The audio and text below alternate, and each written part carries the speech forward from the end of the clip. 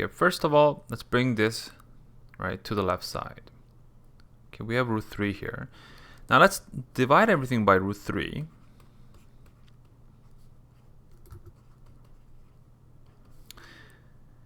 Okay, cosine of theta, you get 1 over root 3 is equal to 1. Now this is a little bit tricky, but the way we have to think about this is that this here is an expanded form, right? Expanded form of the sine compounded angle formula. In other words, treat that as a cosine of, let's say, alpha. Okay, so if cosine of alpha is equal to root 2 over root 3, okay, so let's say you have this is alpha, that means this is root 2 and this is root 3, which means that's going to be 1. Do you see that 1 over root 3 is exactly the sine of alpha? So this is sine, cosine, cosine, sine.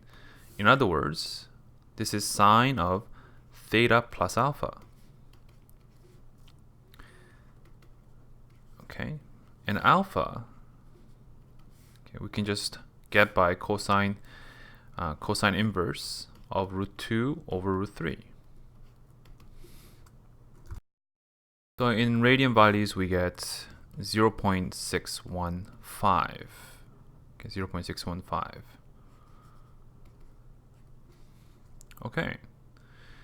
So now what we do is, well, this is now, we only have a single sine function now. We let this be, okay, let be, let's say, angle A.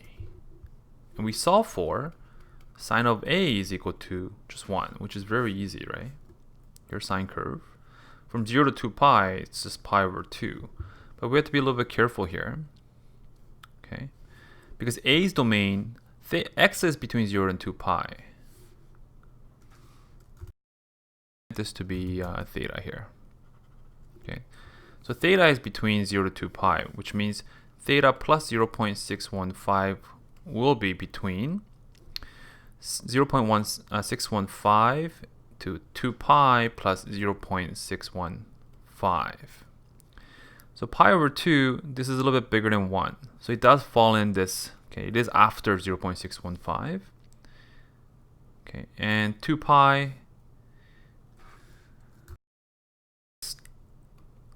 value of A, which will give you 1, will be 2 pi plus pi over 2, which is 5 pi over 2.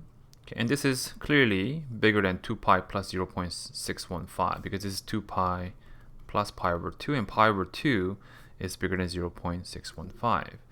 So we know that theta plus 0.615 is just equal to pi over 2.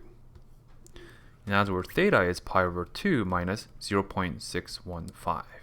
Okay, so you can punch down the calculator to estimate to a certain decimal place, but I'm going to stop here.